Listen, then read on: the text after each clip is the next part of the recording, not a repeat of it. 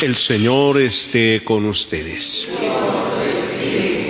Lectura del Santo Evangelio según San Marcos.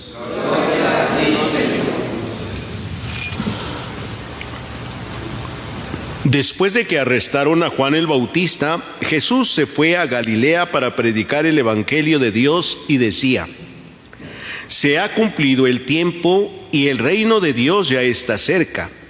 Conviértanse y crean en el Evangelio. Caminaba Jesús por la orilla del lago de Galilea cuando vio a Simón y a su hermano Andrés echando las redes en el lago, pues eran pescadores. Jesús les dijo: síganme y haré de ustedes pescadores de hombres. Inmediatamente dejaron las redes y lo siguieron. Un poco más adelante vio a Santiago y a Juan, hijos de Zebedeo, que estaban en una barca remendando sus redes. Los llamó y ellos, dejando en la barca a su padre con los trabajadores, se fueron con Jesús. Palabra del Señor. Pueden sentarse.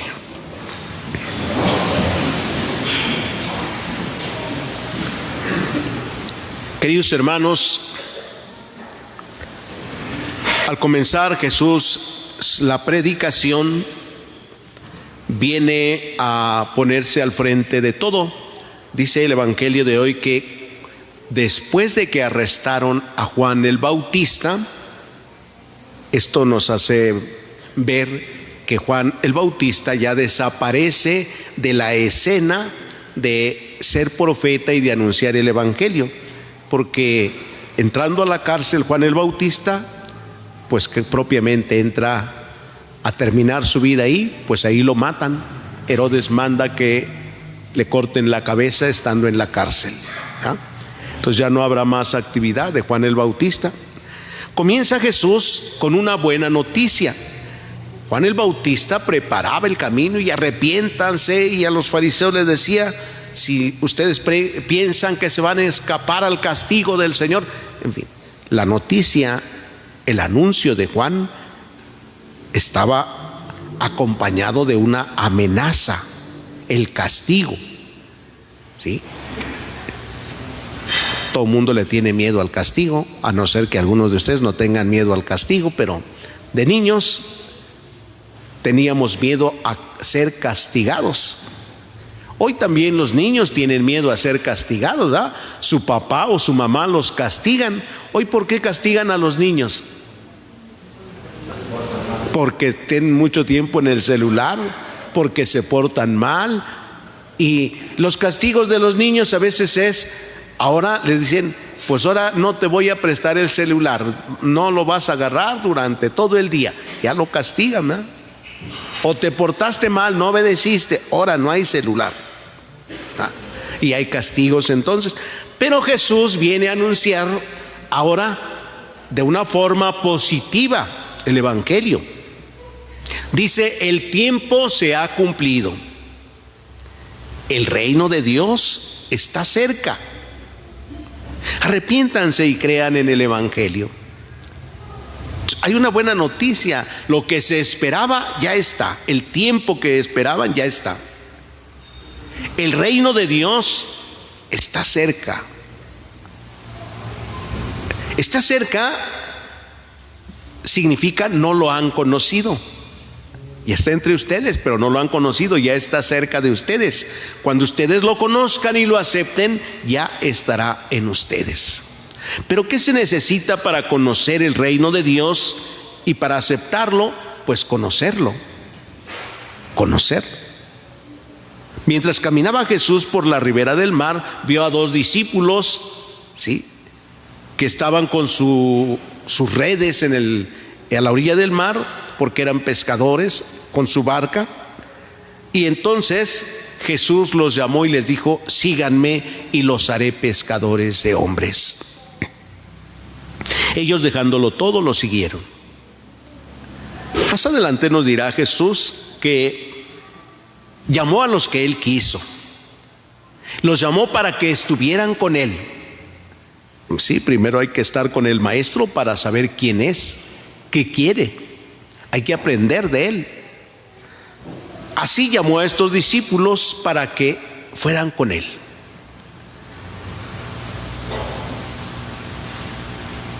Si no hay un conocimiento de Jesús, pues no entenderemos qué cosa es el reino de Dios. El apóstol San Pablo nos va a decir después que el reino de Dios es gozo, es justicia, es paz en el espíritu. No es comida ni bebida, es gozo, es alegría, es felicidad. Y la felicidad viene cuando se tiene el reino de Dios en la vida, en la persona. Si no tenemos el reino de Dios, difícilmente vamos a ser felices. Con tantos problemas, con tantas dificultades en la vida, pues ¿quién va a ser feliz? Y luego sin Dios, pues menos va a ser feliz. Teniendo a Dios, dejando que el reino de Dios habite en nosotros, encontraremos paz. Y la paz nos dará alegría. ¿Cuántos en la vida dicen: yo lo único que quisiera tener es paz? Ya con tantos problemas aquí en la familia, ni paz tengo. Menos voy a estar contento, menos alegre. El reino de Dios es paz, es gozo, es alegría. Está cerca, dice el Señor. ¿Qué hay que hacer entonces? Convertirnos y creer. Convertirnos significa voltear hacia Él, verlo, seguirlo. Quizás nos cueste mucho trabajo a nosotros el cambio, la conversión, cambiar de vida. A los apóstoles les costaba trabajo porque Jesús ya había llamado a Pedro y a Andrés. Ellos ya habían visto a Jesús antes de que los llamara aquí, ya los había visto. Pero ellos ya lo vieron, un rato estuvieron con él, pero se regresaron a lo suyo. Ahora los llama Jesús para que lo sigan, que dejen todo, y ellos dejándolo todo, lo siguieron.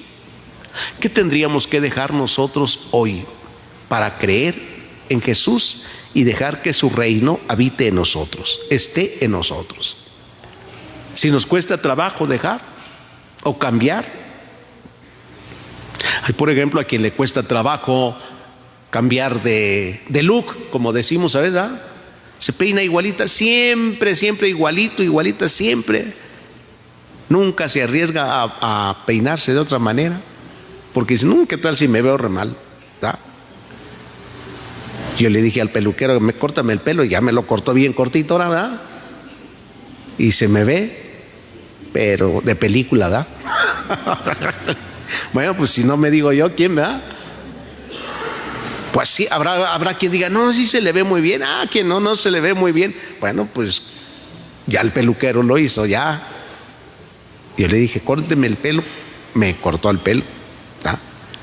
Pero hay quien dice: no le me vaya a cortar nada más, no, mejor no me corte, no quiero, así ya me quedo. Nos pasa cuando vamos a una fiesta.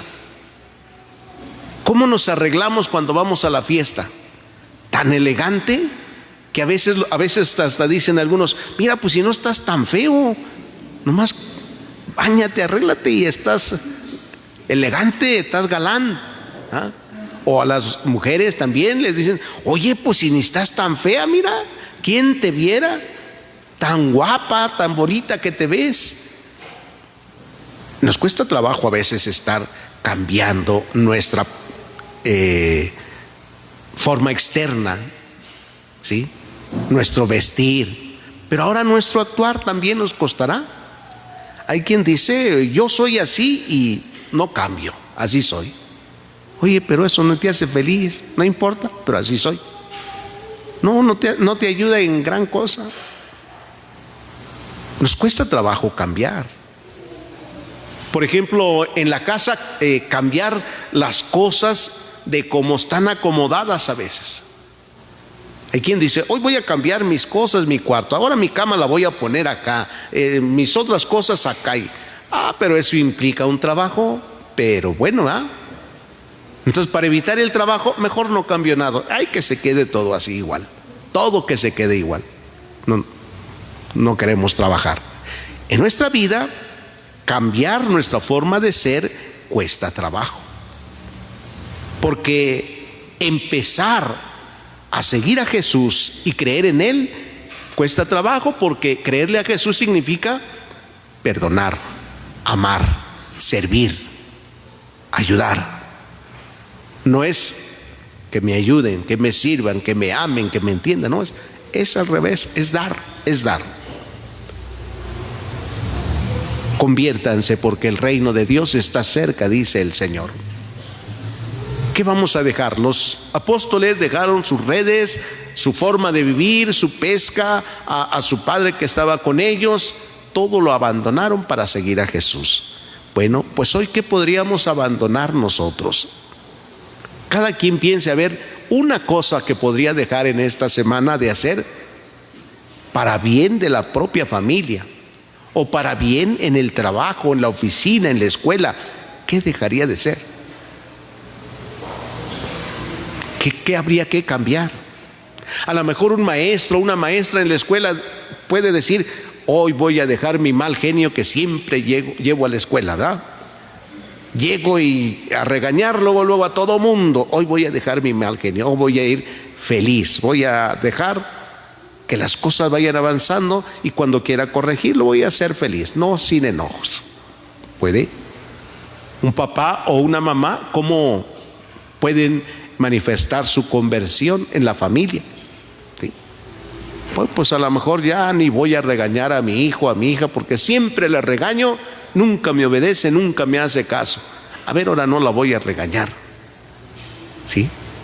Ahora voy a tomar otra actitud más de cercanía, más positiva. Como Jesús nos enseña, hoy no vino a darnos una amenaza. Dice: ya se cumplió el tiempo, el reino de Dios ya está entre nosotros. Solo conviértanse, o sea, dense la vuelta para que lo vean y crean en el Evangelio. Creer en el Evangelio es creer en Jesús. Él es el Evangelio vivo del Padre, es la palabra viva del Padre. Pidámosle hoy, queridos hermanos, que nos conceda la gracia de iniciar este camino de conversión hacia Él para conocerle, y conociéndole le amemos y nos dispongamos también a servirle. Que así sea. El Señor esté con ustedes. Lectura del Santo Evangelio según San Marcos.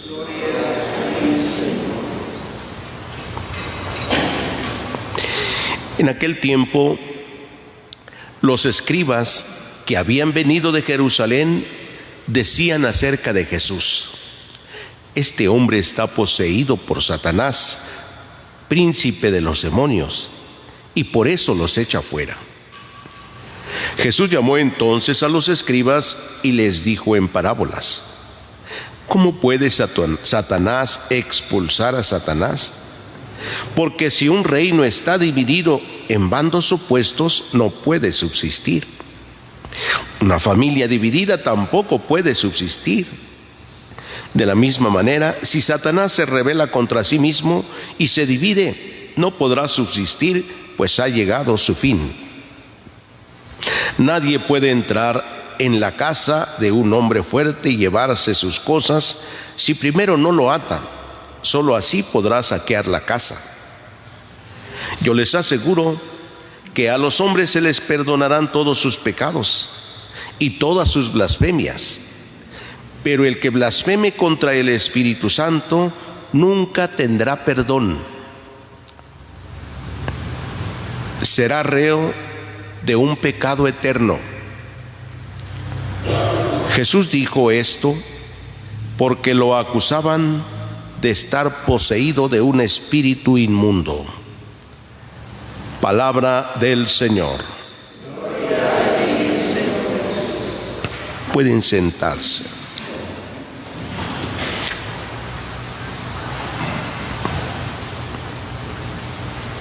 Queridos hermanos, en la Sagrada Escritura encontramos distintas reacciones de las personas ante lo que Jesús hace. Por ejemplo, ¿se acuerdan cuando le llevaron a la persona, a aquella mujer que habían encontrado en flagrante adulterio? Jesús se enfrentó a aquellos que la llevaban, que se la presentaron. Pues le preguntaron, le dijeron, la ley de Moisés ordena que estas mujeres mueran apedreadas. ¿Tú qué opinas? Jesús les dijo, pues el que no tenga pecado, que arroje la primera piedra. La reacción de los que acusaban fue de vergüenza y se alejaron. No se atrevieron a hacerle cosa alguna a aquella mujer. Una reacción, no podemos, vámonos. Ante los escribas y fariseos que constantemente estaban viendo qué hacía Jesús, y es que lo que Jesús hacía era como sacarlos de sus casillas a los escribas y fariseos. ¿Qué reacciones tenemos, por ejemplo, nosotros? Son naturales, humanas. ¿Qué reacciones tenemos cuando nos sacan de nuestras casillas? Siempre van a ser agresivas. Y a veces decimos, oye, pero ¿por qué le contestaste así? Pues es que me sacó de mis casillas, de mi comodidad, ahí estaba yo bien, pero me movió aquí. Pero lo que dijiste ni siquiera es cierto. Pues no, pero me sacó de mis casillas. O sea, buscamos palabras que no sean ciertas, reaccionamos, ¿sí?, con tal de defendernos, aunque lo que hagamos no sea cierto. Hoy en el Evangelio, al ver que Jesús había hecho milagros, que había expulsado a los demonios, ¿cuál fue la reacción de los fariseos que habían ido a verlo? Decir, este hombre tiene un espíritu inmundo, está poseído por un espíritu inmundo, y con ese espíritu de Satanás arroja a los demás demonios. Jesús es muy claro cuando dice, ¿cómo puede Satanás pelearse contra sí mismo? ¿Cómo puede Satanás expulsar a Satanás? Y le dice, miren, si un reino está dividido por luchas internas, se va a la ruina. Y va una familia dividida por luchas internas, se va a la ruina, se destruye. ¿Sí? ¿Cómo puede entonces Satanás expulsar a Satanás? ¿Por qué decían esto? Porque Jesús había hecho curaciones en sábado. Y para los judíos, para los escribas y fariseos que estaban ahí, pues esa era una falta a la ley. Y aunque Jesús les había dicho, ¿qué dice la ley? ¿Qué permite la ley hacer en sábado? ¿El bien o el mal?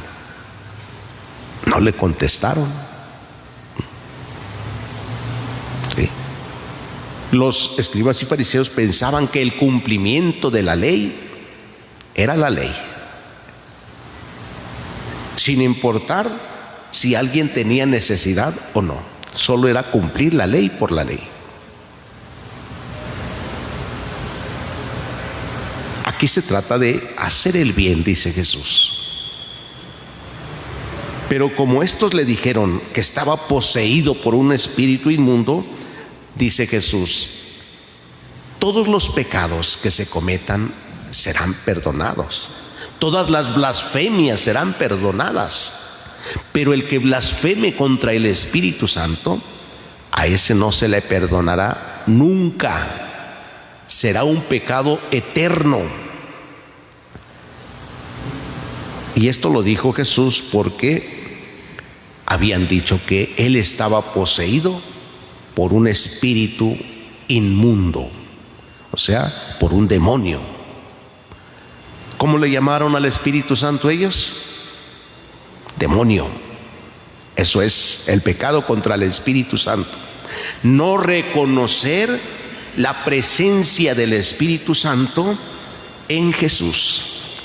Así como a veces el no reconocer la presencia del Espíritu Santo en donde Dios lo ha depositado.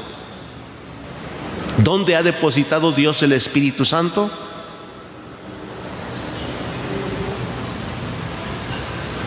¿sí? En nosotros, en la iglesia.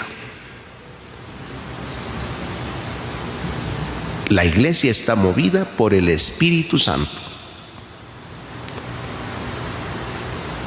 De tal manera que se habla a veces por ignorancia, igual que los escribas, pero dicen, la iglesia está poseída por el demonio y por eso hacen tantas cosas malas. No, la iglesia está llena del Espíritu Santo. Pero cuando alguien dice que está poseída ya por el demonio, que se deja llevar o guiar por el demonio, pues tiene el riesgo de estar llamando demonio al Espíritu Santo también.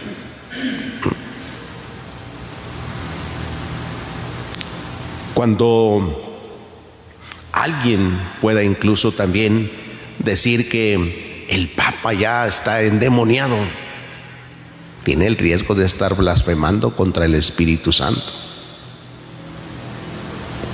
Y ese pecado, dice, no se perdona. ¿Sí? Cuando actuamos nosotros mismos bajo la acción del Espíritu Santo y alguien nos llamara, estás endemoniado, tú actúas con el espíritu del demonio, no con el Espíritu de Dios, podríamos estar en ese riesgo de blasfemar contra el Espíritu Santo. Puede ser muy agresiva a veces nuestro comportamiento. Tendremos que pedir a Dios discernimiento para saber qué decir. Y es que nuestras reacciones siempre son en defensa cuando alguien nos dice algo que nos puede herir o que incluso tendríamos que cambiar porque no es correcto. Jesús les estaba hablando de cambiar la concepción de la ley que tenían. No pueden estar pensando que la ley es más importante que el bien de una persona, que hacerle el bien a una persona.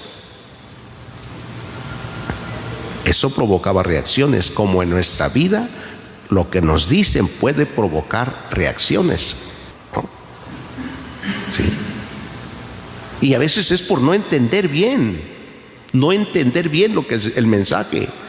Y los escribas y fariseos no entendían y además no querían entender. Ellos veían amenazada su seguridad, su poder, y por eso dijeron, este hombre está endemoniado. Si, dice Jesús, si yo expulso a Satanás con el poder de Satanás, es que Satanás ha llegado a su fin. Sí. Si el Satanás se ha puesto contra sí mismo, se acabó. Su reino se acabó, más bien. Pidámosle a Dios, queridos hermanos, que nos conceda la gracia de saber discernir bien con el Espíritu Santo todas las situaciones de la vida. A veces nos dirán algo que nos puede sacar de nuestras casillas, de nuestra comodidad. Señor, ayúdame a discernir para actuar con rectitud, para no reaccionar agresivamente, incluso con palabras y afirmaciones que ni siquiera son ciertas, ni siquiera. Pidámoselo todos en esta celebración, que así sea. El Señor esté con ustedes. Lectura del Santo Evangelio según San Marcos. En aquel tiempo llegaron a donde estaba Jesús, su madre y sus parientes. Se quedaron fuera y lo mandaron llamar. En torno a él estaba sentada una multitud cuando le dijeron: allí afuera están tu madre y tus hermanos que te buscan. Él les respondió: ¿quién es mi madre y quiénes son mis hermanos? Luego, mirando a los que estaban sentados a su alrededor, dijo: estos son mi madre y mis hermanos, porque el que cumple la voluntad de Dios, ese es mi hermano, mi hermana y mi madre. Palabra del Señor. Pueden sentarse.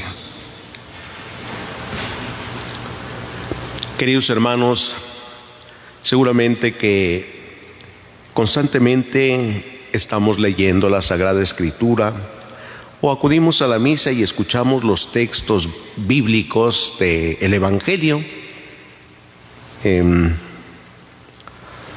Y pareciera ser que pues ya sabemos lo que significa algunas cosas y cómo se interpreta incluso algún pasaje.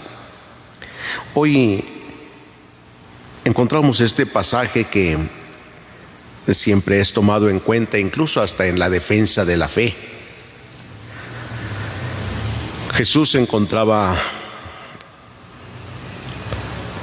rodeado de una gran multitud y el Evangelio nos dice que llegó su madre y sus parientes y le mandaron decir a Jesús que le buscaban. Y entonces algunas personas que entraron le dijeron: ahí afuera están tu madre y tus hermanos que quieren verte. Imaginemos a Jesús en la respuesta: ¿quién es mi madre y quiénes son mis hermanos? Esta respuesta y a la vez pregunta pareciera ser que hay un desconocimiento, como si se desconociera a su madre y a sus hermanos o a sus parientes. ¿Quiénes son? Imagínense ustedes que les llegan a buscar, si no es su padre, su madre, a lo mejor será el hijo o la hija, y dicen: ¿y quiénes son? ¿Quién es mi madre? ¿Quién es mi hijo?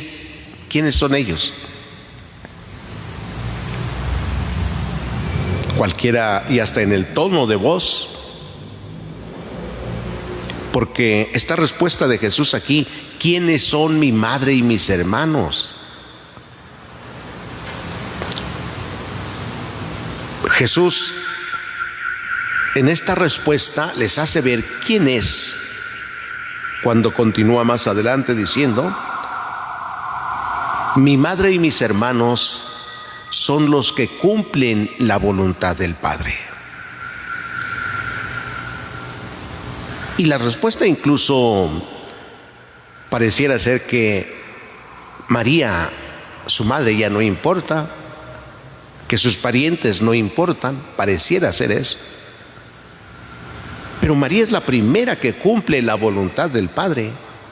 Cuando ella le anunciaron que iba a ser madre de Jesús, dijo: yo soy la esclava del Señor, que se cumpla en mí según su palabra, según su voluntad. Ella es la primera que cumple la voluntad del Padre. Por lo tanto, todos aquellos que cumplen la voluntad del Padre, dice Jesús, esos son mis hermanos, esos son mi madre, los que cumplen la voluntad del Padre. Y hoy tendríamos que reflexionar nosotros: ¿qué parentesco tenemos con Jesús? Por el bautismo decimos que somos hijos de Dios. Ahora bien, ¿seremos hermanos realmente de Jesús? ¿Cumpliremos su voluntad? ¿Seremos hijos de María también? ¿Cumpliremos la voluntad de Jesús o, como ella, cumpliremos la voluntad de Dios? ¿Cómo nos dirigimos a Dios y le decimos: Padre, Padre nuestro que estás en el cielo?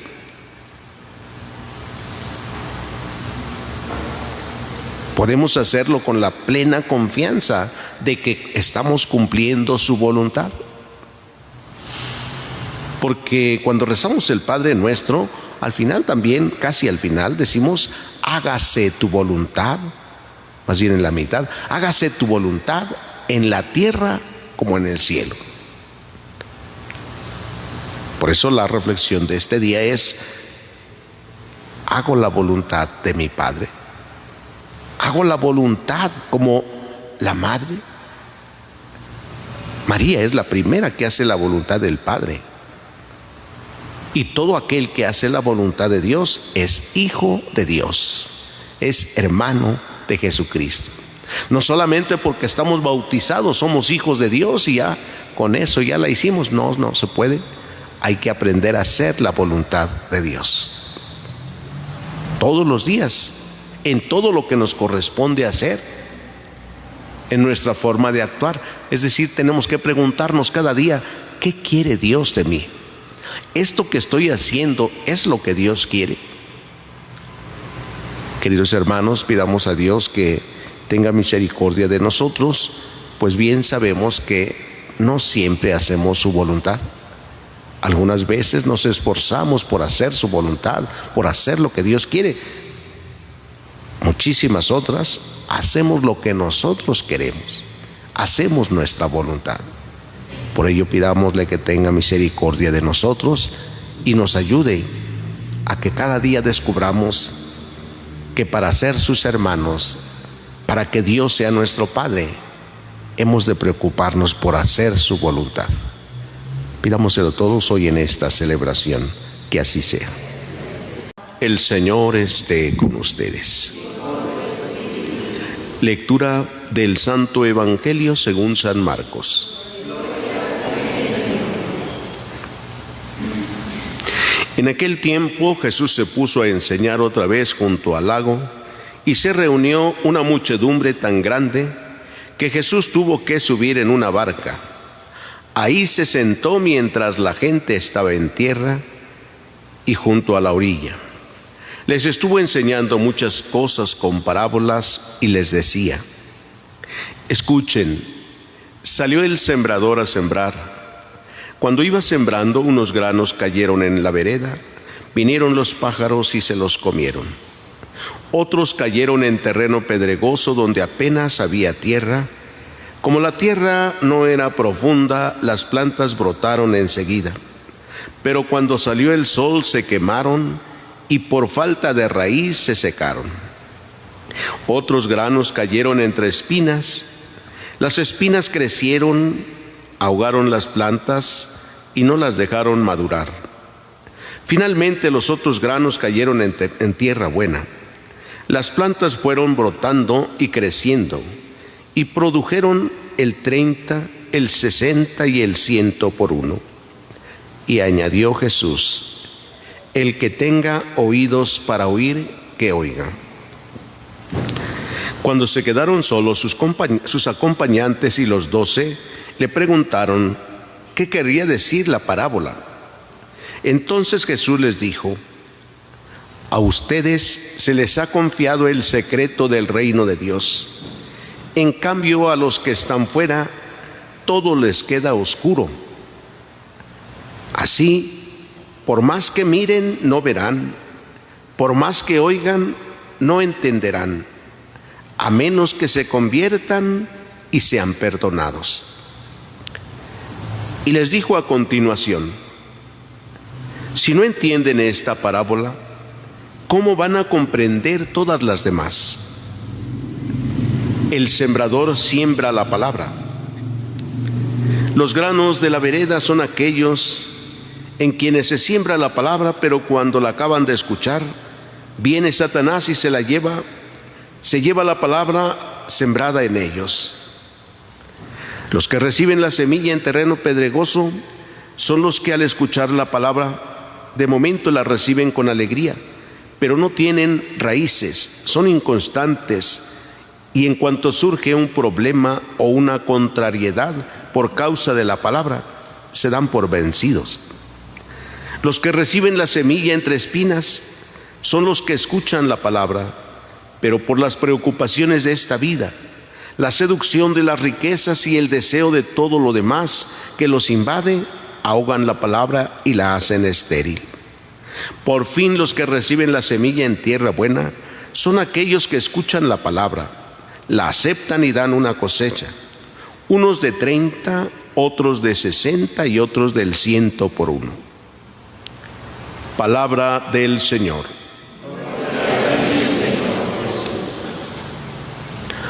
Pueden sentarse un momentito.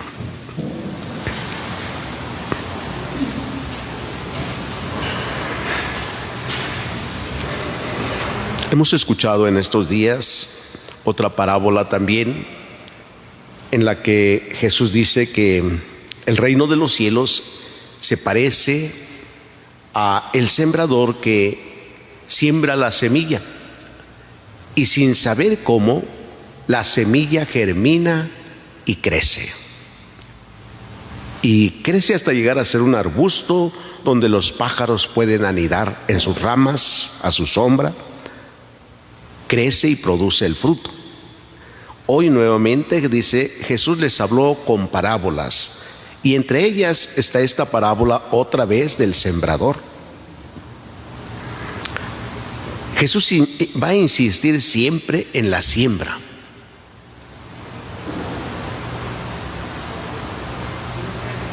Es Jesús quien siembra su palabra. Y lo va a hacer siempre solo porque ama y no porque espera recibir los frutos.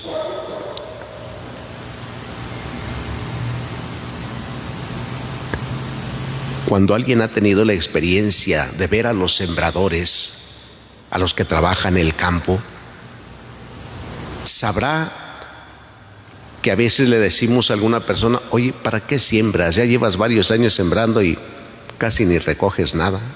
Porque no son tierras a veces muy fértiles, pero siguen sembrando, o siembran en lugares donde viene la lluvia, inunda las cosechas y no recogen cosecha. ¿Para qué sigues sembrando? No recoges cosecha ahí. Y no dejan de hacerlo. Quizás algunos conocen esta salida llegando a Ixtlahuaca en el río, como tantos años la gente sembraba y se inundaba todo. No levantaban cosecha porque se inundaba y se echaba a perder la cosecha, y no dejan de sembrar. Algunas veces han logrado recoger un poco, pero no dejan de sembrar. Y cuando les pregunto, ¿no? ¿Y por qué? Es por el amor a la tierra. Tienen amor a la tierra. Siembran sin esperar que haya cosecha. Y si la hay, disfrutan muchísimo, Sí hay trabajadores que siembran con mucho cariño la tierra y la trabajan y cosechan bastante a veces, aun cuando pareciera ser que no va a haber cosecha, ¿sí? Y muy buena cosecha. Yo veo pues que Dios es el sembrador, que pone la semilla siempre en nuestro corazón, su palabra, aunque no dé cosecha, no dejará de sembrar. Lo que nosotros tendríamos que pensar es si en el corazón nuestro, donde Dios deposita su semilla, si germina esa semilla. Cuando la semilla germina, nuestra actitud comienza a ser diferente. No puede germinar una semilla donde hay un terreno infértil o lleno de piedras, de espinas. Es decir, en una persona donde el corazón está lleno de odios, de resentimientos, de envidias, de frivolidad, no puede crecer. Puede germinar así, pero no crece, no hay fruto. Debe haber un buen terreno. Dicen algunos que cuando el hombre muere por un infarto, ¿qué es lo que ha pasado? El infarto no se da de momento, ¿verdad? Más bien antes han dejado algunas arterias de bombear, de trabajar, y no bombean bien la sangre. Han dejado de hacerlo. Cuando viene el infarto, pues es porque las que trabajaban ya no tuvieron la suficiente capacidad para hacerlo, vamos a decirlo, ¿verdad? Ya no fueron aptas. Y entonces viene la muerte ahí. Cuando en el corazón del hombre, hablando de Dios, hay mucho odio y mucho resentimiento, ya no hay nada que pueda brotar el alimento para que haga germinar la palabra de Dios y producir fruto. cuando hay corajes, odios, envidias, se va muriendo poco a poco. Y entonces dicen, pues ya para qué voy a misa, para qué me confieso, para qué voy a la comunión, para qué rezo, para qué. Se murió, se va a morir, porque no va a haber el fruto. Se cansa el hombre, dice, no tiene caso sembrar ahí. Algunas veces habrá esa actitud de decir, no tiene caso que yo le hable a esta persona, ¿para qué? Si esta persona ni cambia, si esta es la misma, no tiene caso que yo siga insistiendo. ¿Sí? Y a veces es la expresión nuestra es esa. Este ya no cambia, esta persona ya no cambia, ¿para qué? ¿Para qué rezas por él si ya no va a cambiar? ¿Para qué rezas por él si va a seguir siendo el mismo? Ya te cansaste, ya llevas mucho tiempo rezando por esta persona y sigue siendo igual, como si no hicieras nada. Pues hoy Jesús nos enseña a seguir sembrando y seguir regando la semilla, a seguir insistiendo, pidiendo la gracia de Dios por la conversión de aquella persona que tú crees que nunca va a cambiar. Seguir orando. Hemos de seguir orando por la paz del mundo, por tantas personas que se dedican a hacer daño, en lugar de recordar y quejarnos solamente, pedir por ellos. No dejemos de sembrar como lo hace Jesús, por amor a nosotros, porque somos sus hijos y ha decidido sembrar siempre su palabra en nosotros, aunque muchas veces no haya fruto. Sabiendo incluso Él que las preocupaciones de esta vida nos impiden que la palabra dé fruto. No dejará de sembrar. Démosle pues gracias a Dios por tener tanta paciencia con nosotros. Esa paciencia es la manifestación de amor de Dios por nosotros. Que nos conceda la gracia de aprender a amar también con paciencia. Pidámoselo todos en esta celebración, que así sea.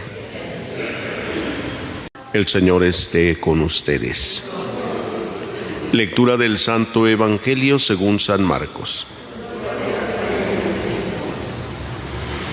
En aquel tiempo se apareció Jesús a los 11 y les dijo: vayan por todo el mundo y prediquen el Evangelio a toda criatura. El que crea y se bautice se salvará, el que se resista a creer será condenado. Estos son los milagros que acompañarán a los que hayan creído. Arrojarán demonios en mi nombre, hablarán lenguas nuevas. Cogerán serpientes en sus manos y si beben un veneno mortal no les hará daño. Impondrán las manos a los enfermos y estos quedarán sanos. Palabra del Señor. Pueden sentarse un momentito.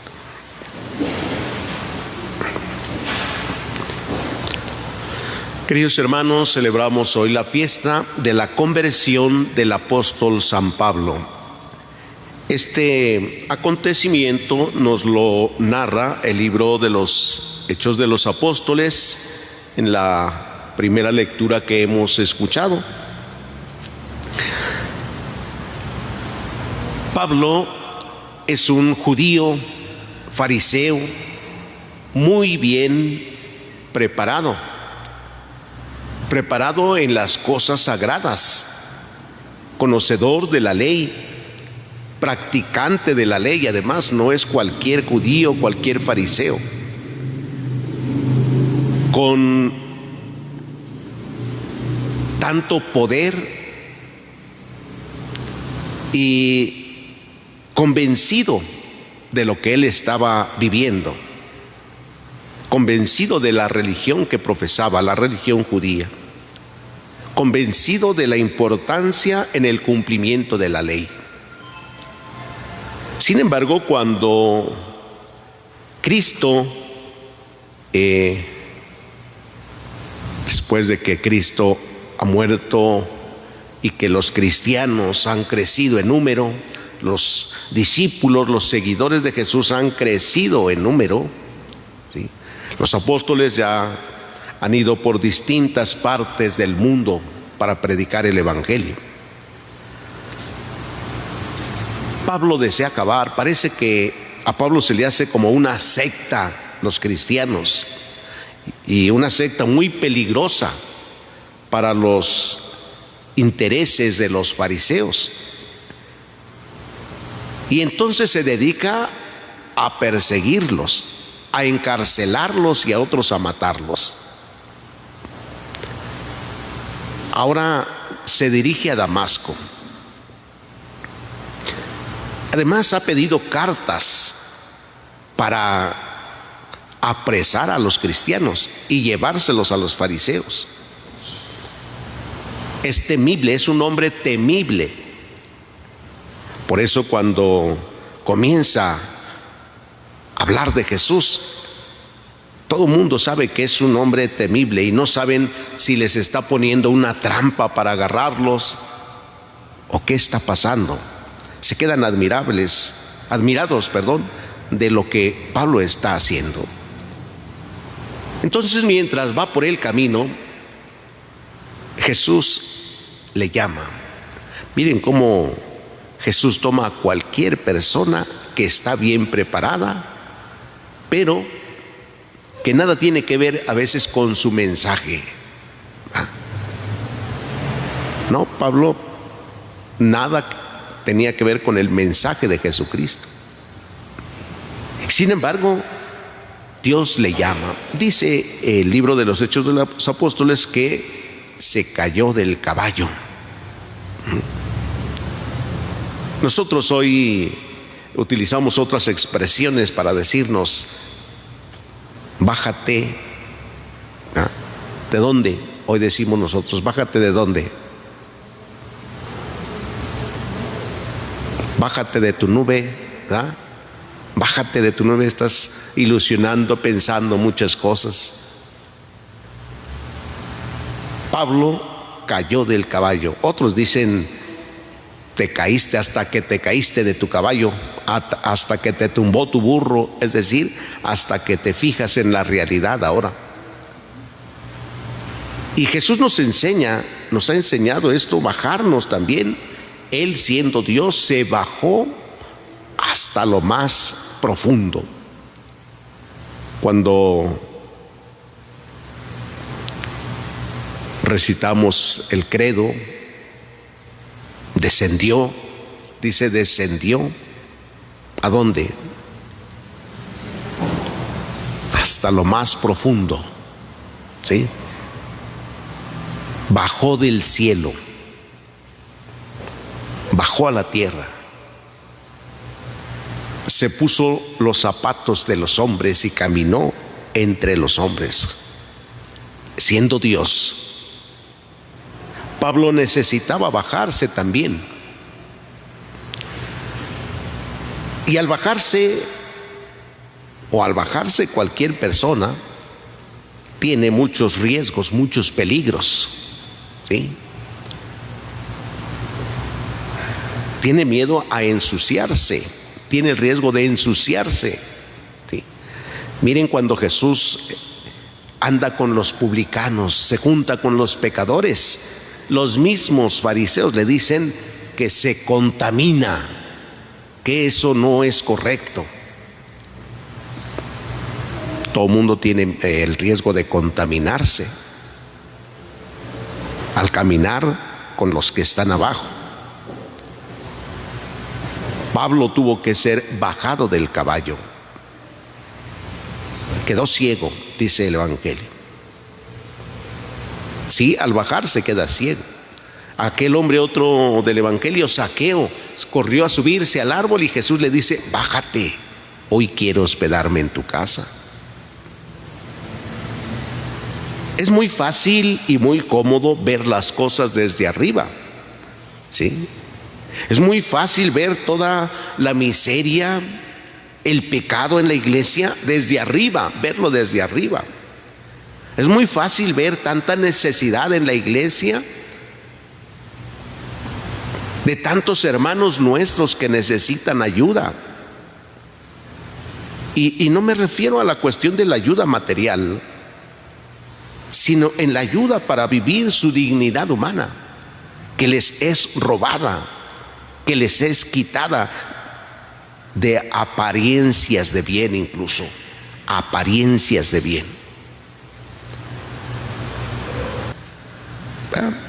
Pablo desde arriba veía, y no solo que tuviera tranquilas las cosas, sino más bien sometidas a las personas, a los cristianos sometidos, se escondían al verlo.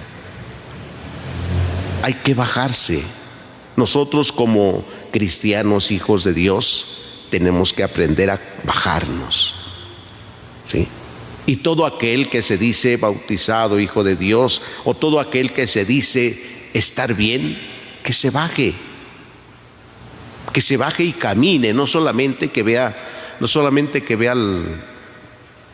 el mal que hay, la maldad que hay en el mundo, que se baje para que sea colaborador en la búsqueda del bien.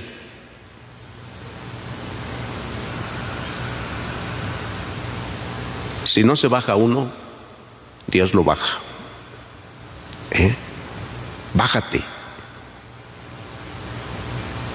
Cuando Pablo cae del caballo y le habla a Jesús y se le revela, se le manifiesta y le dice: Saulo, ¿por qué me persigues? ¿Quién eres tú, Señor? Soy Jesús a quien tú persigues. Pablo quedó ciego hasta que llega un enviado de Jesús, Ananías, y como enviado le dice: Saulo, el Señor me manda, abre los ojos, y le empieza a hablar. Seguramente que le habló de Jesús, porque dice: Jesús me manda, Jesús me envía. Abre los ojos, ahora que estás en el suelo, ahora que te has caído del caballo, ahora que estás abajo, abre los ojos y mira. O sea, conoce a Jesús, el que se te ha manifestado, el que se te ha revelado en el camino.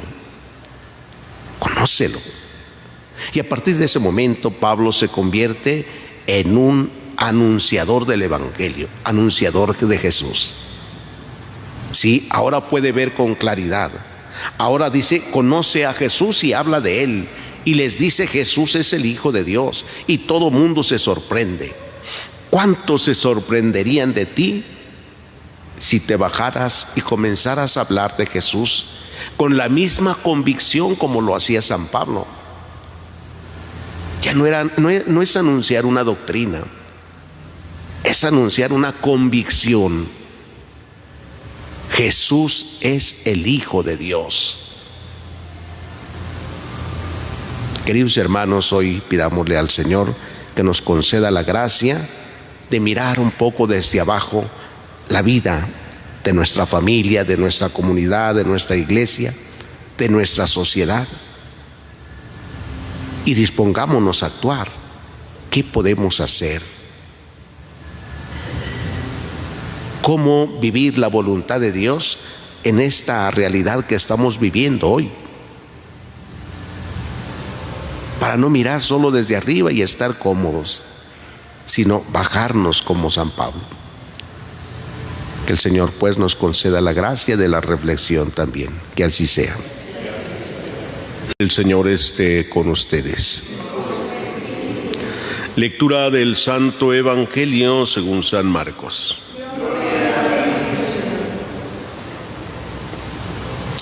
En aquel tiempo Jesús dijo a la multitud: el reino de Dios se parece a lo que sucede cuando un hombre siembra la semilla en la tierra, que pasan las noches y los días, y sin que él sepa cómo, la semilla germina y crece, y la tierra por sí sola va produciendo el fruto. Primero los tallos, luego las espigas, y después los granos en las espigas. Y cuando ya están maduros los granos, el hombre echa mano de la hoz, pues ha llegado el tiempo de la cosecha. Les dijo también: ¿Con qué compararemos el reino de Dios? ¿Con qué parábola lo podremos representar? Es como una semilla de mostaza, que cuando se siembra es la más pequeña de las semillas, pero una vez sembrada, crece y se convierte en el mayor de los arbustos y echa ramas tan grandes que los pájaros pueden anidar a su sombra. Y con otras muchas parábolas semejantes les estuvo exponiendo su mensaje de acuerdo con lo que ellos podían entender. Y no les hablaba sino en parábolas, pero a sus discípulos les explicaba todo en privado. Palabra del Señor. Pueden sentarse un momentito.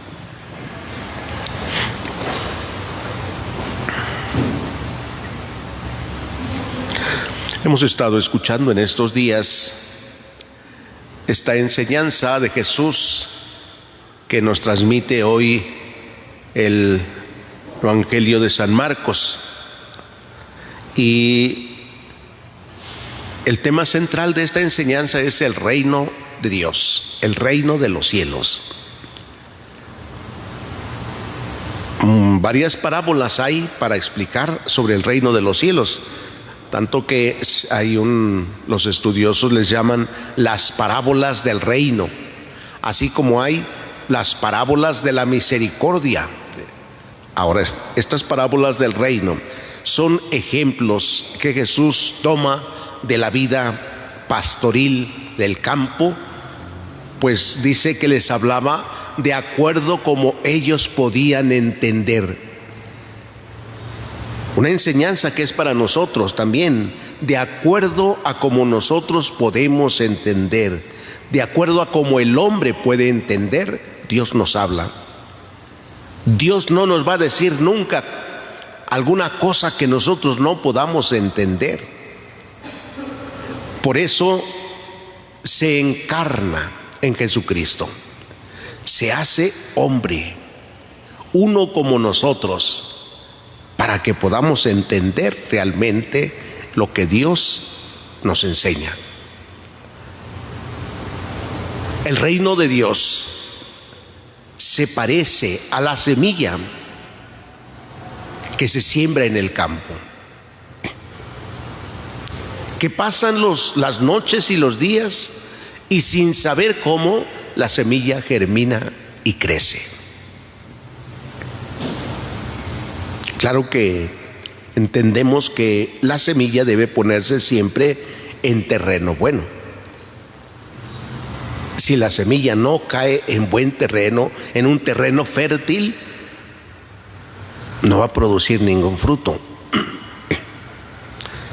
Es como cuando alguien escucha la palabra de Dios, dice, y pues no la entiende, no le hace caso. Pronto viene el diablo y se la lleva, para que no crea ni se salve. Jesús nos lo dice en el Evangelio. La palabra se la lleva el diablo para que no creas ni te salves. Y la palabra que no cae en terreno bueno, que cae a veces entre espinos, es decir, entre aquellas personas que sí escuchan la palabra de Dios, pero tienen más fuertes las preocupaciones del mundo, las seducciones de la riqueza. Están preocupadas por sus negocios, por sus trabajos, y entonces la palabra no da fruto.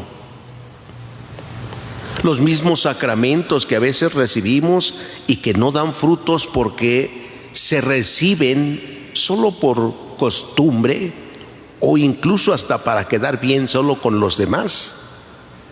Por ejemplo, hay quienes se van a confesar solo porque van a ser padrinos de algún sacramento, pero no tienen la intención de confesarse, sino más bien dicen, es que, pues ¿cómo voy a participar así, sin confesarme o sin comulgar? Sobre todo, se van a dar cuenta que van a decir de mí.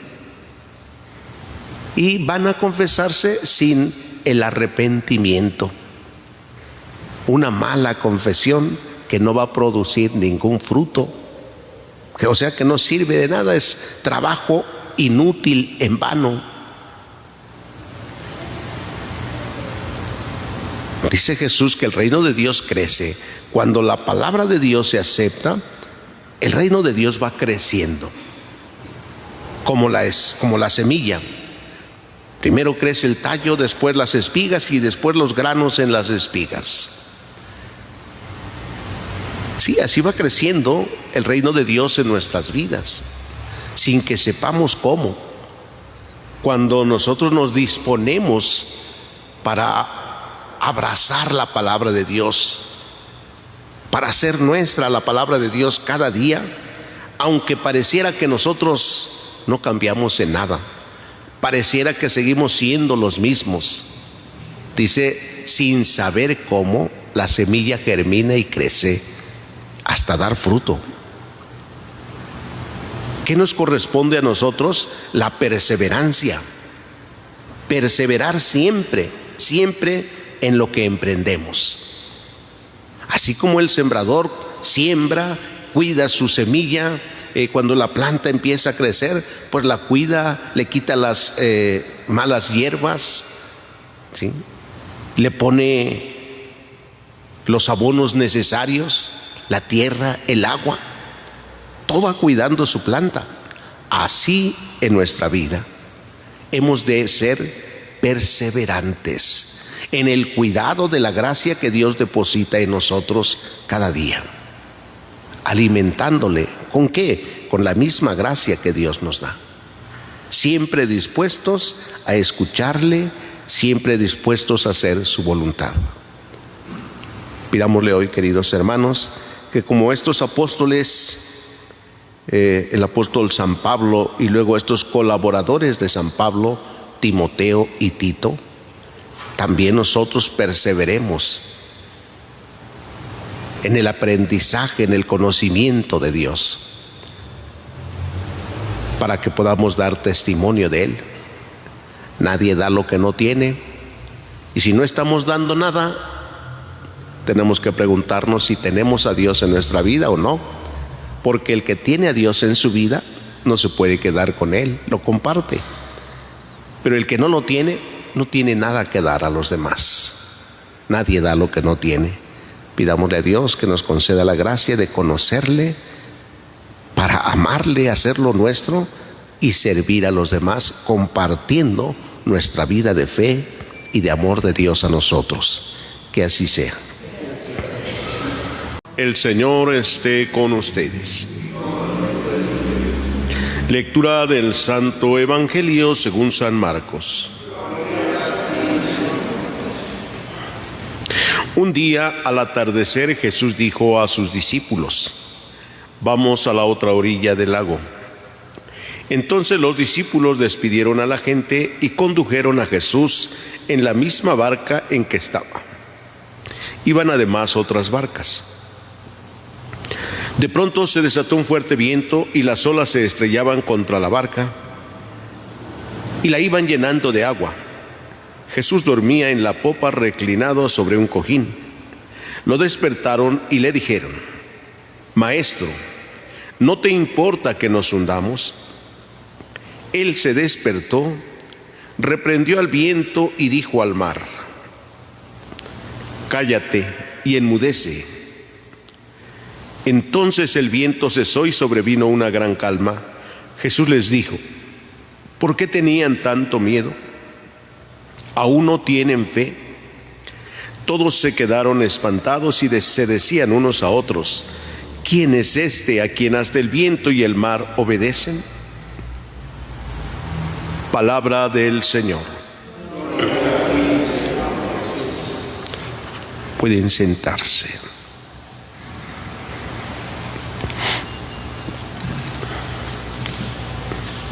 Queridos hermanos, una de las realidades humanas que todo hombre experimenta es el miedo. Alguna vez, por alguna situación o alguna circunstancia de la vida, pues hemos tenido quizás miedo. Quizás no lo hemos experimentado en el mar, ¿verdad? A lo mejor algunos por ahí lo hayan experimentado, un fuerte viento en el mar. Quienes en algún momento hemos ido al mar, pues no hemos experimentado más que ver las olas, o en un barquito chiquito sentir, o en una lanchita sentir las olas, ¿no? Quizás nada tiene que compararse con lo que hoy nos narra el Evangelio, que estaban viviendo los apóstoles, porque además era de noche, atravesaban de noche, y cada día entre la tempestad, el viento y la oscuridad, pues era más difícil ver la orilla, donde se está seguro. La orilla del mar es el lugar más seguro ahí, pero pues no ven nada de seguridad, no ven la orilla del lago. Y ante esta fuerza de la tempestad, los discípulos se llenan de miedo y comienzan entonces a gritarle a Jesús, que parece que está dormido, y le dicen: Maestro, ¿no te importa que nos hundamos?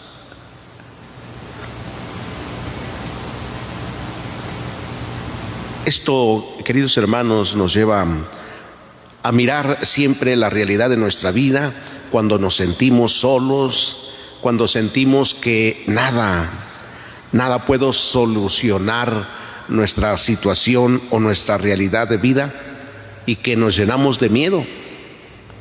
¿Sí? Es el momento de gritarle entonces a Jesús e insistir: Maestro, ¿no te importa? ¿No te importan nuestras vidas? Pero se trata de estar hablándole a Jesús. Cuando una persona está muy dormida, no se despierta con la primer palabra que le digan, ¿no? Tienen que hablarle y hasta moverle. Y a veces moverle muy fuerte, porque hay sueños muy profundos que no se despiertan. Jesús dormía, dice, profundamente, reclinado en un cojín. Y los discípulos tuvieron que gritarle para que él despertara. Pero viene aquí después la respuesta de Jesús. Primero calma a la tempestad. Cállate y enmudece.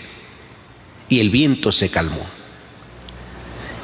Y les dice Jesús: ¿por qué tenían miedo? ¿Aún no tienen fe?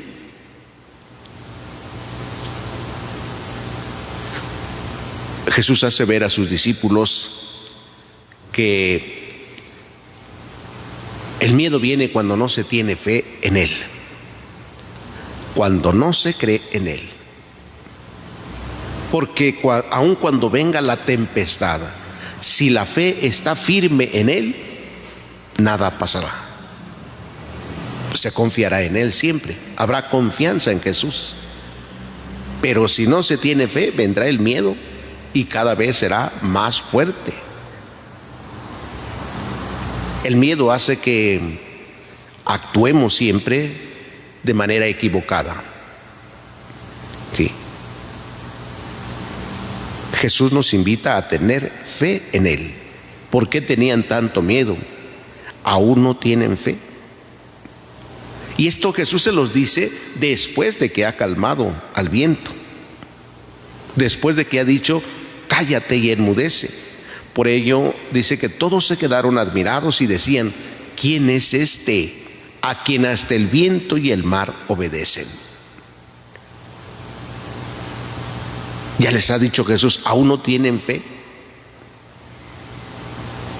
¿Aún no conocen a Jesús? Bueno, pues esa es la realidad, que aún no conocen. Por eso ellos dicen: ¿quién es este? Queridos hermanos, lo mismo nos pasa a nosotros. Si no conocemos a Jesús, no tendremos fe, no habrá fe. Tendremos algunas ideas a veces de Jesús, sí. Algunos conocimientos doctrinales de Jesús, sí, también. Pero el conocimiento de Jesús se adquiere en la relación personal que se tiene permanentemente. Así es como se le va conociendo a Jesús. si no hay una relación con Él íntima y personal y permanente, tendremos algunas ideas, haremos algunos rezos, participaremos en algunos sacramentos, hasta ahí quedaremos. Pues cuando viene el momento de la prueba, es entonces cuando, si no se tiene el conocimiento de Dios, se falla. ¿Sí? Cuando viene el momento de la prueba, se falla. Queridos hermanos, pidámosle a Dios nuestro Padre que nos fortalezca en la fe y que también nos conceda la gracia de permanecer siempre en relación con Él, íntima, personal y permanente, para poder conocerle y no preguntar como los discípulos: ¿quién es este a quien hasta el viento y el mar obedecen? Sino que aprendamos nosotros a dar una respuesta de decir, como ellos lo dijeron después: tú eres el Mesías, el Hijo de Dios vivo. Y es entonces cuando pondremos nuestra fe en Él. Que así sea.